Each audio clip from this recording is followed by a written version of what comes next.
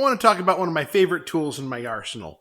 This is the Skil auto hammer. This is the 12-volt line, their PWRCore 12 series. This tool came with the battery and a charger. This is one of those tools that I don't use very often, but when I do, it is the absolute right tool for the job. So, quick features, it's got a nice light under here. It's got a trigger lock, so that way you don't accidentally depress the trigger. The light is very pleasant. This collar keeps your fingers away from getting smashed by things. It's kind of a nice safety feature, especially when you're working with kids and family around.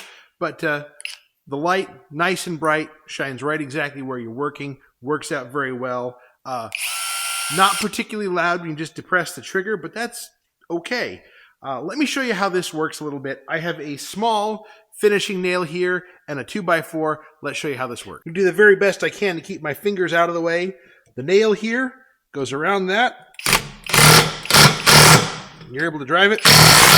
This is one of those tools that is very useful for getting into places that are hard to get a normal hammer and swing it with any force. Like if you're driving a roll pin into a gear that's way back into an assembly, this is very easy to reach back there, put it on it, hit the trigger, and drive the roll pin into something. This is one of those tools that I may not use very often, but when I do, it is the absolute right tool for the job. Another feature that I just nearly forgot to mention is that you're able to rotate the head to a 45 or straight on to be able to facilitate any of those weird angles in strange places that you need to get into. Overall, would definitely recommend having this to your arsenal. It is a very unique and powerful tool. When you need something like this, this is the one to have.